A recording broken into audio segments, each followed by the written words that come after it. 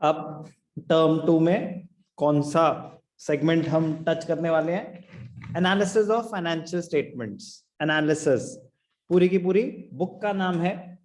Term 2 में 2 chapters हैं, एक tools for analysis of financial statements और एक cash flow statement.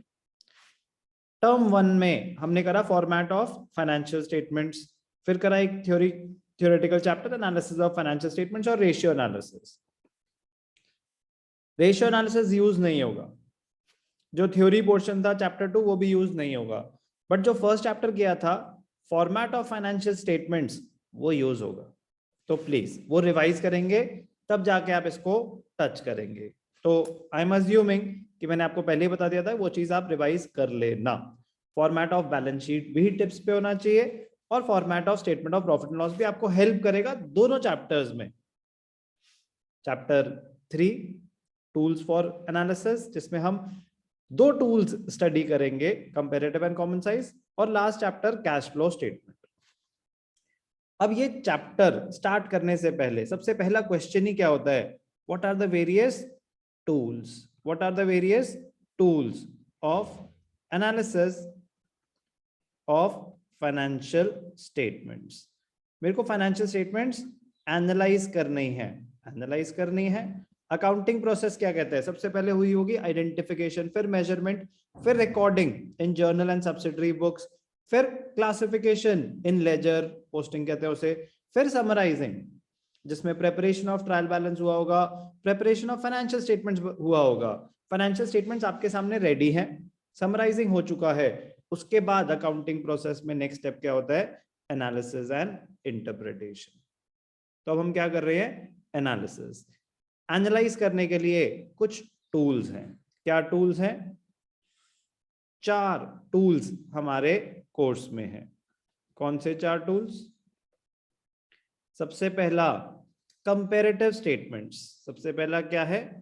Comparative statements. दूसरा क्या है? Common size statements. दूसरा टूल क्या है? Common size statements. तीसरा टूल क्या है? Ratio analysis. और चौथा टूल क्या है? Cash flow statement. अब रेशियो एनालिसिस हम ऑलरेडी टर्म 1 में कर चुके हैं, अब दोबारा हम नहीं करेंगे। सब्जेक्टिव पार्ट जो आपका एग्जाम होगा उसमें ये नहीं आ सकता, बट वाइवा में वो कुछ भी पूछ सकते हैं, तो रिवाइज कर लेना। रेशियोज के आपको फॉर्मूले याद रहने चाहिए, वाइवा में वो कुछ भी पूछ सकते हैं। तो what are the different tools? Comparative statement, common size statement, ratio analysis and cash flow statement. So cash flow statement is also a tool for analyzing the financial statements.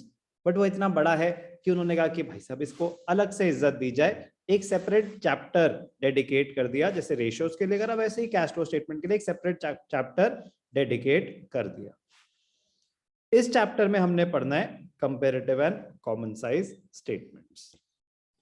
एक बार रीड कर लेते हैं क्या कहना चाहते हैं। जो हमने अभी डिस्कस करा वही है, tools for analysis of financial statements. Financial statements when analysed in isolation are not of much meaning and use.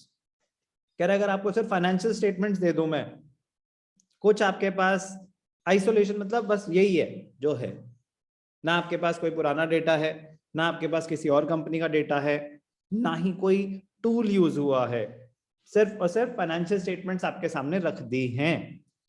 Financial statements when analysed in isolation are not of much meaning and use. They are thus analysed by comparing with the financial statements of previous year. कह रहे चलो अब ठीक है, अब थोड़ा पता चलेगा कि हमारे as compared to previous year क्या ट्रेंड रहा है, ग्रोथ हुई है कि नहीं हुई है। और with that of other enterprises of similar nature and size operating in similar business environment or with industry standards। तो आइसोलेशन में कह रहे मीनिंगलेस है।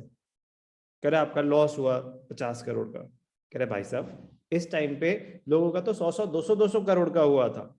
तो आइसोलेशन में फाइनेंशियल स्टेटमेंट से आप एनालाइज नहीं कर पाओगे। तो कैसे कर सकते हो? प्रीवियस ईयर्स के साथ कंपेयर करो, दूसरी कंपनीज जो सिमिलर काम कर रही हैं, सेम साइज की हैं, सिमिलर साइज की हैं, उनसे कंपेयर करो, या फिर उस इंडस्ट्री में जिसमें आप काम कर रहे हो। तो अगर आप मारुति हो तो आप ऑटो इंडस्ट्री के साथ कंपेयर करो कि कैसे रही आपकी परफॉर्मेंस। आप कंपेयर करोगे आईटीसी या हिंदुस्तान यूनिलीवर जो FMCG fast moving consumer goods बना रहे हैं, तो यूजलेस होगा आपका एनालिसिस और कंपैरिजन। तो टूल्स उन्होंने फिर बनाए। सबसे पहला कंपैरेटिव स्टेटमेंट्स, हमारे कोर्स में सिर्फ ये 4 हैं।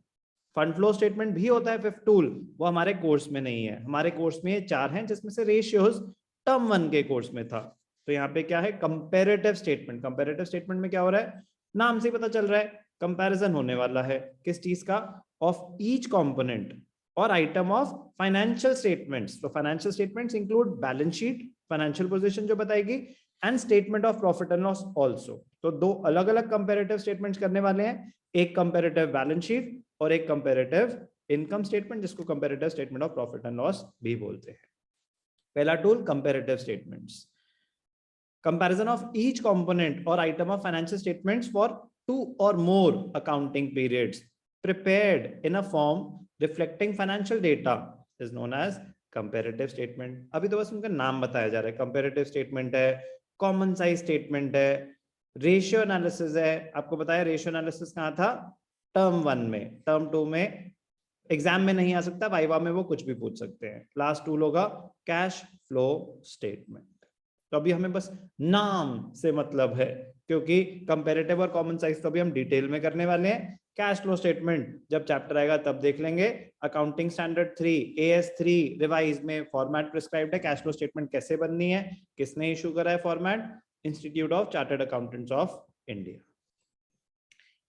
पहले भी बताया फंड फ्लो स्टेटमेंट हमारे कोर्स में नहीं है, ये भी एक टूल होता है एनालिसिस का, बट हमारे कोर्स में नहीं है। तो उन्होंने कहा कि हमने इसके बारे में कोई बात ही नहीं करनी। तो अभी सिर्फ पहला सवाल, what are the different tools of analysis of financial statement, comparative statement, common size statement, ratio analysis and cash flow statement. तो कंपैरेटिव एंड कॉमन साइज हमारे चैप्टर 3 का कंटेंट है, और कैश फ्लो स्टेटमेंट हमारे एनालिसिस के chapter 5 का content है। अब हम पहले क्या करेंगे, कंपैरेटिव स्टेटमेंट्स।